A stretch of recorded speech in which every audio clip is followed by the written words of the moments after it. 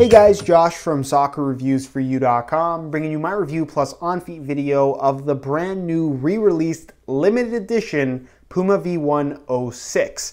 Now, as you guys can see, it does come in the black Football Classics box from Puma that we've seen on the last couple of their limited edition releases. Pull it open, and on the inside, they do include a boot bag, which is the exact boot bag that you would have got with a pair of v1.06s 10 years ago. So you can see it has the matching colors of the shoe, the Puma form stripe branding. It's got the one strap on the one side in black. It's got the 10th anniversary logo on the other side, which is kind of cool. And then there's basically two zippers, and it's a boot bag. It holds the shoes. Nothing too fancy, but definitely different from the string bags that we're used to seeing from pretty much every brand at the moment. Other than that, all you're going to find inside the box, as you guys can see, are the shoes themselves. So we'll get these guys out of the box really quickly, and we'll take a closer look at what is a really exciting thing to see happen, not just for Puma, but for soccer cleats in general. This is a re-release of the Puma v1.06, a shoe that is now celebrating its 10th anniversary. So this shoe came out exactly 10 years ago, and now Puma has basically re-released the shoe exactly as it was in 2016, which is a really cool thing. Something we're gonna talk about in this video. So what we're gonna go over is all the tech specs. We're kind of gonna just do a regular review of this shoe. These have been featured on my channel in their original forms, which again, I'm gonna show you a little bit later in this video. But again, we're gonna go over tech specs and really treat this like this was a brand new shoe that just came out. So if you're interested in learning more, please stick around, watch the entire video. If you're interested in a pair of these for yourself, they are limited edition. Puma never gave any numbers on how many have actually been released to the public, but they are kind of selling out in most places. The majority of sizes are gone. So if you are interested in a pair, first link down below, go ahead and check it out. It'll take you to the review page on my website where you'll find buy it now links with exclusive SR4U coupon codes where you'll be able to pick these guys up below their $250 retail price. So again, if you're interested in a pair, first link down below, go ahead and check it out. And with that being said, let's get right into the review. So what exactly are these things? I know a lot of you guys watching my channel are a little bit younger. So if you're 12, 13, 14, even 15 years old, you may have never seen these before. You may have never heard of them, and you're probably wondering why they've been re-released in the first place. And unfortunately, I don't really have an answer as to why these were re-released. It's a very confusing thing, but at the same time, it's very exciting for soccer cleat enthusiasts because really, we've never seen a recent re-release of a shoe that's only 10 years old. 10 years obviously is a long time, but if you think about what shoes came out 10 years ago, there are a lot of classics, a lot of shoes that people really miss. And for Puma to give us a shoe exactly as it came out 10 years ago, as kind of a limited edition re-release, if you will, this is an exciting thing, and not only for Puma, but hopefully other brands will follow. If we could see some re-releases from some Nike models and Adidas models from 10, 12, even 8 years ago, how crazy would that be? People would be going absolutely insane. But for now, we have to settle for the v1.06. So what is this shoe? This shoe came out in 2006. It's obviously the 10th year anniversary, which you see right there on the insole. Here's a better view, 10th anniversary. So 10 years ago, this basically launched the V line, the V series from Puma. So the V1 was the top end model, and then 06 signifies the year end model as well. So this was the v1.06. After this, we got the v1.08, then the v1.10 came out, then the v1.11 came out, and then they stopped the V line, and now it's the Evo Speed line, Evo Speed 1, 1.2, 1.3, they're on 1.4 now. So again, they didn't even stick with the V series, which kind of just makes this a really strange re-release, but I guess this was a pretty revolutionary shoe when it came out in 2010. It's a very interesting design, really unlike anything else before it or after it for that matter, and it's a cool shoe. Now, what's interesting about this re-release is that I have the exact model that came out in 2010 to compare it to. In fact, if you guys watch my channel regularly, or I guess have been subscribed for a little bit longer, 2 years ago approximately, that's what YouTube is telling me in the description of the videos I uploaded.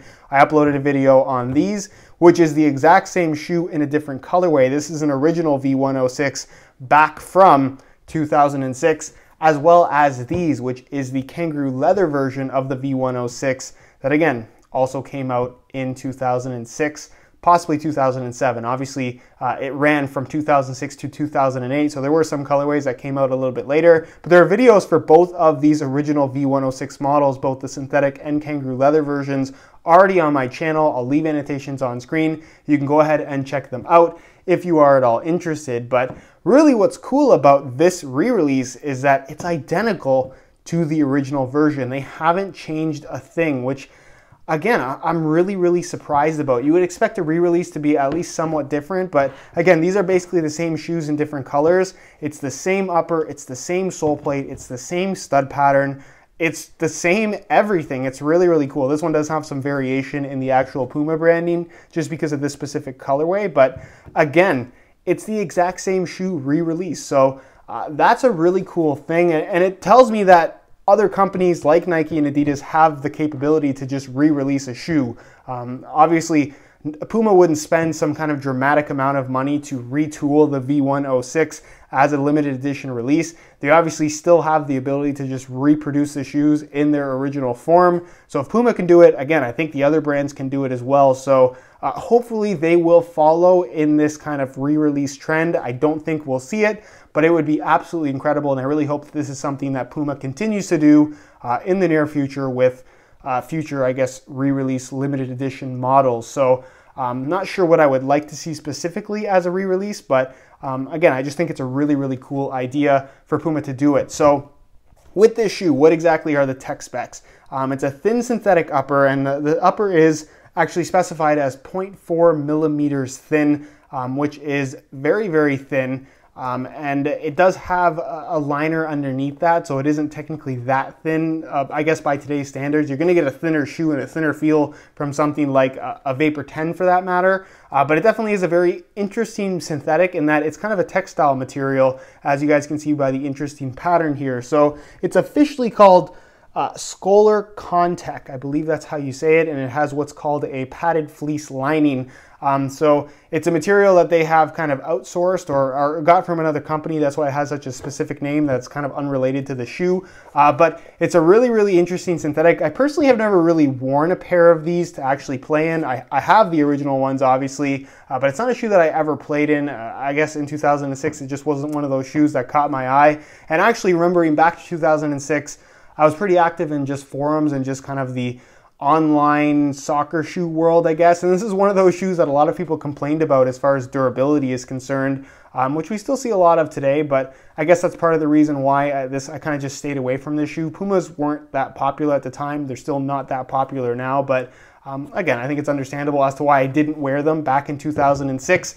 But nonetheless, really cool shoe, really interesting lacing system. As you guys can see, the laces are pushed dramatically to the outside, so you're left with a very clean kind of striking and touch surface here down the medial side and top of the foot, which is really cool. It's a very appealing and I guess attractive, sleek design. It does have a modern look. I think this is one of those shoes that you could wear right now, and for people who didn't know any better, they wouldn't guess that this shoe is 10 years old. It really does have a modern vibe to it, probably even more so than the current EvoSpeed line, I would say. The actual tongue itself is just basically a stretchy kind of elasticated material, very thin, and it just covers basically the opening right here, just so you're not having the laces sit directly against the side of your foot, although you really don't feel the laces when you pull the laces tight on this shoe, just because of how they're positioned. There's lace loops on either pieces where it's kind of split right here, which is kind of cool. So it basically just pulls together.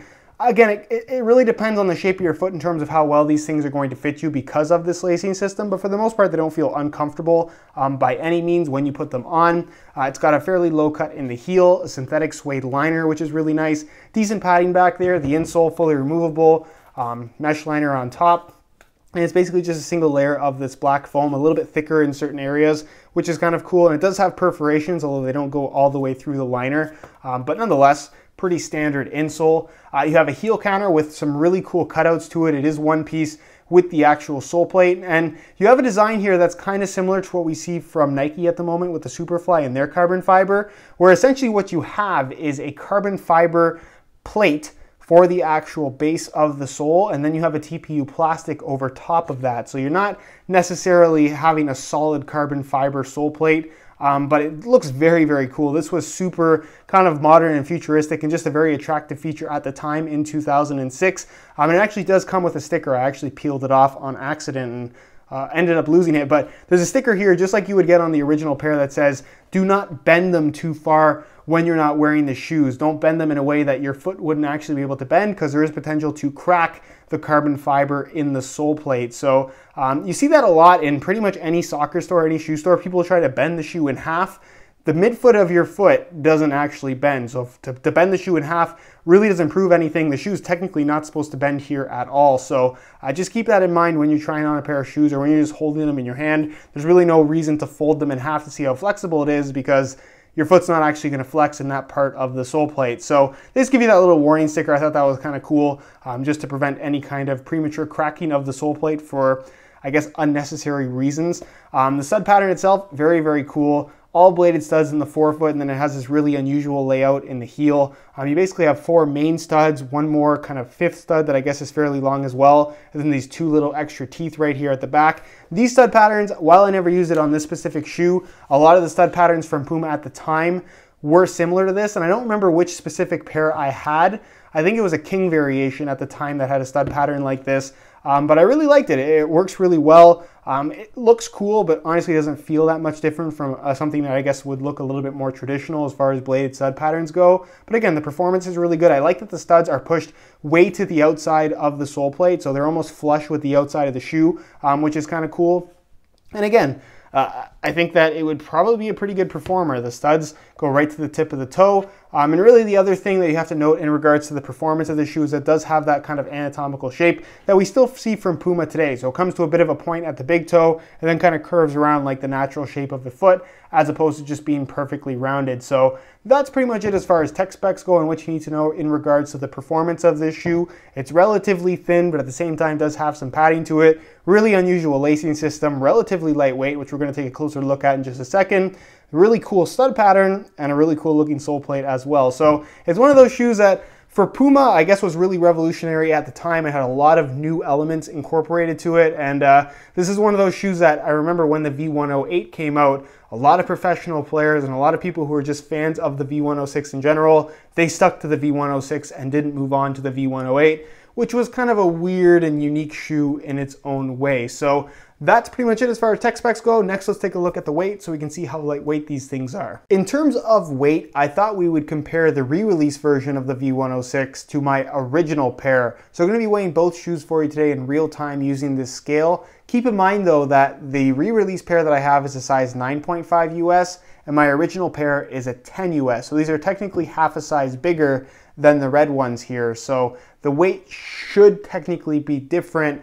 If they're exactly the same, this one should technically weigh a little bit more. So I'm going to weigh the V106, the original pair first. Again, keep in mind this one is a 10 US, half a size bigger than this pair. They weigh in at 7.6 ounces, the equivalent of 216 grams, which at the time was actually a very, very lightweight shoe. So change the scale back to ounces, pull these off, and we'll throw on the re-release version that again is technically a half size smaller than the pair that I just weighed. And you can see that these weigh in at 7.8 ounces, 0.2 ounces more, the equivalent of 221 grams. So while this is technically a half size smaller, they do weigh a little bit more than the original pair that I have.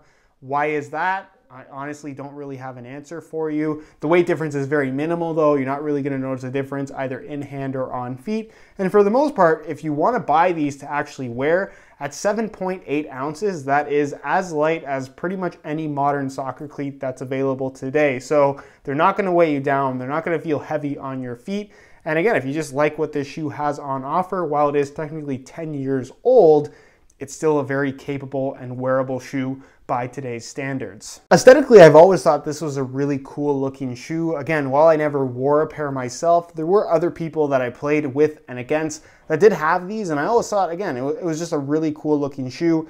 This particular colorway, I believe, is an original colorway as well. It features Puma Red, which is a pretty standard red color, if I'm completely honest, with white and black as accent colors, and then of course some silver there in the studs in the forefoot. But again, it's a very modern looking shoe. I think that this is a shoe that you could very easily wear right now. And for people that are kind of unassuming and just unaware of the current soccer cleat market, they would probably think that this is something brand new from Puma, just because it is so kind of spacey and modern looking, especially in the heel area, and just the way the shoe is cut in general, with the laces being pushed dramatically to the side. Has a carbon fiber sole plate. And again, as far as just aesthetics go, I really think this is a pretty good looking shoe. So let me know your opinions on it down below in the comment section. Do you like how these look? Why or why not? And with that being said, let's move on to the on-feet portion of the video so we can get a better idea as to how these shoes fit, and of course, what the sizing is like. All right, so here is a look at the V106s on feet. On my left foot, I have the stock black laces that come with the shoes. And on my right foot, I have a pair of white and black grid pattern SR4U replacement laces. If you're interested in a pair of replacement laces for yourself, the website to go to is www.sr4ulaces.com. You find a direct link to that website down below in the description of this video. Now, in terms of how these things fit and feel on feet, obviously it's a tighter fitting shoe, and obviously it's a 10-year-old shoe, so you're probably wondering, do they feel outdated? And the answer to that question is no. With that said, it's definitely a very unique fit, with the laces being pushed all the way to the side. You don't really get that sensation of tightness across the top of your foot. It does have that nice close wrap, and the overall fit is actually pretty good for a thin synthetic shoe, even by today's standards. So if you're looking for that kind of no extra space inside the shoe feel, you definitely get that here from the V106. The lockdown in the heel is very good, and the overall comfort of the shoe, like I said, is pretty decent. The shoe has aged well, to say the least. The only quirk about the fit that I would say is a little bit strange is the very tip of the toe. It has this little bit of kind of extra dead space that you don't really fill in, or at least I don't with the shape of my foot. Your foot may be a little bit different than mine, but like I said, overall, this is still a very wearable shoe by today's standards. As far as width is concerned, it's a tighter fitting shoe, so if you have wide feet, probably not the best option for you. But if you wear tighter fitting shoes right now, you like how they feel, you're unlikely gonna have any issues with the fit of the V106. And as far as sizing is concerned, normally I wear a 9 US.